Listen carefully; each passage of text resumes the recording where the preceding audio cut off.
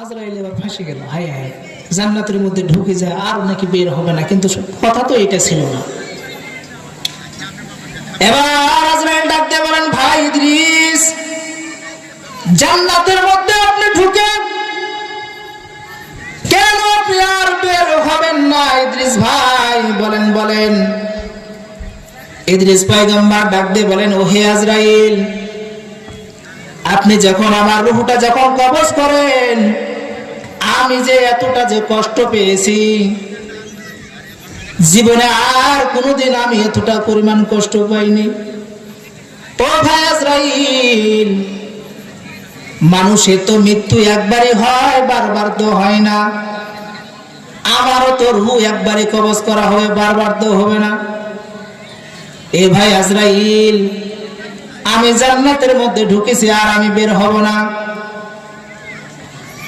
ইদ্রিস পয়গম্বর ডাক দিয়ে বলেন, আমি জান্নাত থেকে বের হব না, কারণ আল্লাহ তাআলা নিজেই বলেছেন, একবার যদি কাউকে যদি জান্নাতে যদি ঢুকায়, আল্লাহ তাআলা আর কখনো তাকে জান্নাত থেকে বের করে দিবে না। সুবহানাল্লাহ বলেন। এবার আজরাইল ডাক দিয়ে বলেন, আল্লাহ, তোমার ইদ্রিস পয়গম্বর তো জান্নাতে ঢুকে আর বের হয় না,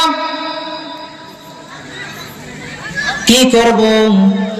আল্লাহ তাআলা ডাক দিয়ে বলেন, হে আজরাইল, আমি তো নিজেই বলেছি, একবার যদি কাউকে যদি জান্নাতে ঢুকায় দেই, তাহলে আর তাকে জান্নাত থেকে বের করব না।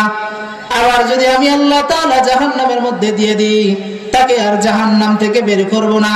আমার ইদ্রিস পয়গম্বর জান্নাতের মধ্যে ঢুকেছে, আমি আল্লাহ তাআলা তাকে আর জান্নাত থেকে বের করতে পারবো না। সুবহানাল্লাহ বলেন।